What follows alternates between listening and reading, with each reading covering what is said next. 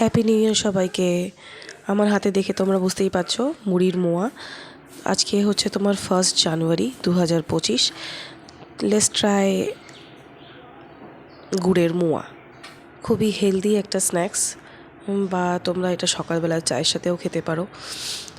এই কারণে healthy because এটার মধ্যে সুগার, কোনো রকমের সুগার অ্যাড করা নেই, অনলি গুড় অ্যান্ড ঘি দিয়ে তৈরি হচ্ছে পুরো বিষয়টা। তাই জন্যে এটা তোমরা মিষ্টির ক্রেভিং হলে তোমরা এই জিনিসটা স্টোর করে রেখে খেতেই পারো। তো আমি এখানে একদম লো আছে কড়াইয়ের মধ্যে ঘি একটু সামান্য পরিমাণে দিয়ে গরম করে এর মধ্যে গুড়টাকে ভালো করে গুঁড়ো করে নিলাম, ম্যাশ করে নিলাম একদম করে। তারপরে কড়াইয়ের মধ্যে দিয়ে দিয়েছি মেল্ট হওয়ার জন্যে। একদম ভালো করে মেল্ট করতে হবে যাতে একটুও প্লাম্প না থাকে, এই জিনিসটা খেয়াল রেখে মাথায় রেখে করতে হবে। তারপরে আমি যেহেতু এখানে গুড়টা খুব কম ইউজ করছিলাম, তার জন্য আরেকটু লিকুইডটাকে বাড়ানোর জন্য আমি হালকা সামান্য একদম জল ইউজ করেছি। তোমরা এখানে গুড়ের পরিমাণটাকে একটা জায়গায় দুটো করতে পারো, কারণ আমি এটা ফার্স্ট টাইম বানাচ্ছিলাম। যদি বাই চান্স ভুল হয় বা স্বাদ যদি গণ্ডগোল হয়, তাই জন্য খুব বেশি কিছু আমি এখানে খরচা করিনি। সব কিছু অল্প অল্প পরিমাণে ইউজ করে আমি এটাকে ট্রাই করার চেষ্টা করেছিলাম।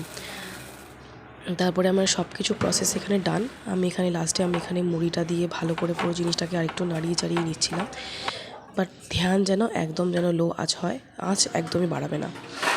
তারপরে আমার এখানে পুরো প্রসেসটা ডান। এবারে আমি এটাকে গোল গোল পাক দেব। তার আগে আমি এখানে পাত্রের মধ্যে, তোমরা দেখতেই পাচ্ছ পাত্রের মধ্যে জল রাখা আছে।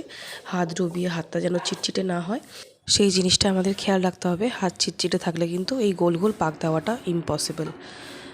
তো আমাদের গুড়ের মোয়া রেডি।